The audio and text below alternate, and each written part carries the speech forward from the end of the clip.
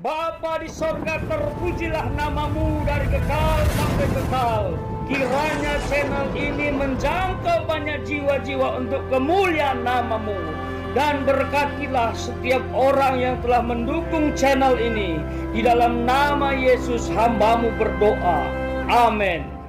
Pagi ini kita akan merenungkan firman Tuhan dengan judul praktis, bijak di masa depan.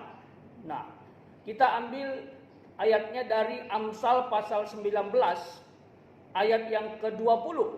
Demikian bunyinya. Dengarkanlah nasihat dan terimalah didikan, supaya engkau menjadi bijak di masa depan. Ada dua kata penting yang harus kita ingat. Yang pertama, nasihat. Yang kedua, didikan. Ya, ini sedikit berbeda dalam penerapannya ya. Kalau nasihat itu biasanya bersifat praktis, kata-kata membangun, kata-kata mendorong untuk seseorang menjadi lebih baik. Sementara didikan biasanya mengarah kepada pembelajaran.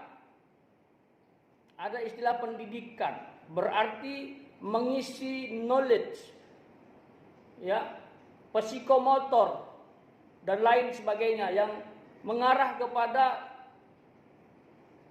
teori dan yang nantinya juga akan diterapkan dalam kehidupan sehari-hari. Nah, nasihat dengan didikan itu tidak bisa dipisahkan. Harus sejalan, satu paket untuk kita menjalani hidup. Dengar baik-baik, setiap manusia, setiap orang membutuhkan nasihat dan membutuhkan didikan tanpa melihat umurnya. Mau dia masih remaja kek, mau dia pemuda, dewasa muda, apalagi orang tua, mereka semua butuh nasihat dan didikan. Anak remaja butuh nasihat dan didikan supaya bisa menjaga hidupnya tidak berbelok ke jalan yang salah, karena kebanyakan orang ya rusak itu di masa remaja. Nasihat dan didikan itu dia peroleh dari banyak pihak. Ada dari orang tua, dari guru, dari rohaniawan, mentornya, mungkin guru lesnya dan lain sebagainya. Orang dewasa juga begitu, yang baru menikah pun butuh nasihat dan didikan. Karena mereka yang baru-baru menikah, baru punya anak kecil, kadang labil. Karena dia baru meninggalkan masa lajang, kadang-kadang teringat ke belakang. Jadi butuh nasihat dan didikan bagaimana cara mendidik anak, bagaimana cara membesarkan anak. Orang tua juga begitu, anaknya sudah besar begitu, dia juga butuh nasihat. Kadang-kadang dia pusing, wow, bagaimana yang mendidik anakku ini? Anakku sudah semakin remaja, dewasa. Anakku sudah mau menikah, bagaimana cara mendidik dia? Jadi butuh nasihat, butuh didikan. Dia juga mungkin bisa baca-baca buku dan lain sebagainya, baca Alkitab. Jadi pada intinya semua orang butuh nasihat dan didikan tanpa melihat umur. Ya. Hanya saja kalau dia berpendidikan biasanya lebih cepat menangkap nasihat dan didikan diterima dalam hidupnya. Yang tidak berpendidikan ini kadang-kadang udah nggak punya wawasan luas, keras kepala lagi, sehingga tidak terima nasihat dan didikan. Nah, mengapa harus menerima nasihat dan didikan? Di ayat itu dikatakan supaya engkau menjadi bijak di masa depan. Setiap orang punya masa depan. Kehidupan kita di depan, beberapa hari ke depan, beberapa hari di belakang kita yang kita tinggalkan, itu jadi pelajaran. Tetapi masa depan, bahkan sampai bertahun-tahun di depan kita, itu adalah peluang dan kita harus bijak. Gak semua orang bisa bijak menjalani hidup ini. Mungkin hari ini dia berhasil, karena nanti ke depan dia tidak bijak, dia gagal. Bijak itu berarti arif. Orang bijak, orang arif itu dia selalu belajar dari pengalaman, belajar dari kesalahan, dan mengubah sesuatu untuk lebih baik. Itu orang bijak. Itu orang arif. Tidak mudah mengambil keputusan. Dia harus berpikir dulu, kalau aku lakukan A, lakukan B, apa yang terjadi. Di kepalanya banyak plan. Itu orang bijak.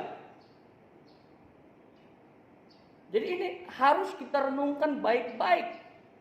Orang yang dengar nasihat, orang yang dengar didikan, dari siapapun, baik dari Tuhan, dari ilmuwan, dari pendidikmu, dari hamba Tuhan, kakak rohanimu atau pendetamu, mentormu, harus kamu dengarkan.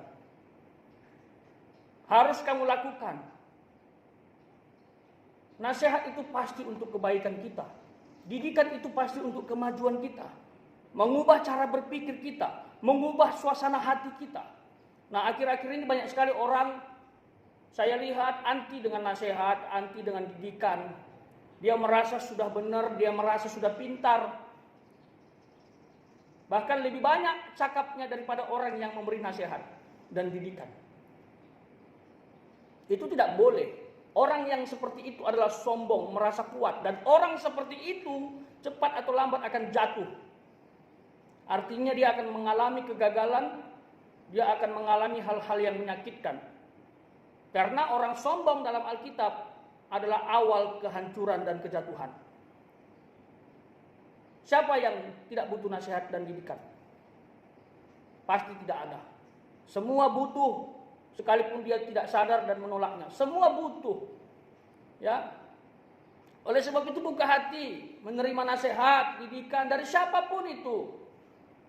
Karena itu akan membuat kita bijak di masa depan, bijak mengelola keuangan, bijak mengelola waktu, ya, bijak mengelola potensi, karunia, bakat, dan tujuannya nanti untuk kemuliaan Tuhan.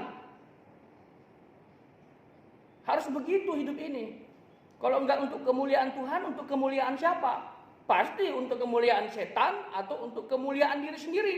Dan ini terkategori sombong. Kalau kita belajar dari sejarah kejatuhan Lucifer ke dalam dosa dan kejatuhan manusia ke dalam dosa, semuanya itu karena sombong, ingin seperti Allah, makanya jatuh dalam dosa.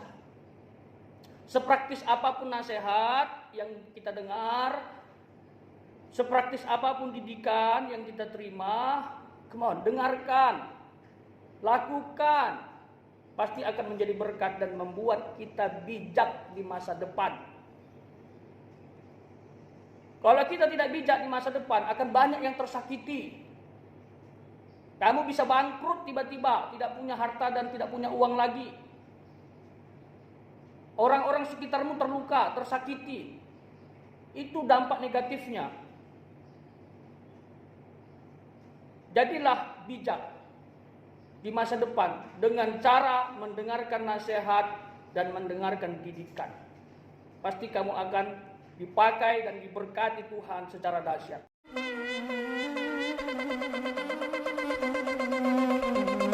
Joy to the world, the Lord is come. Let earth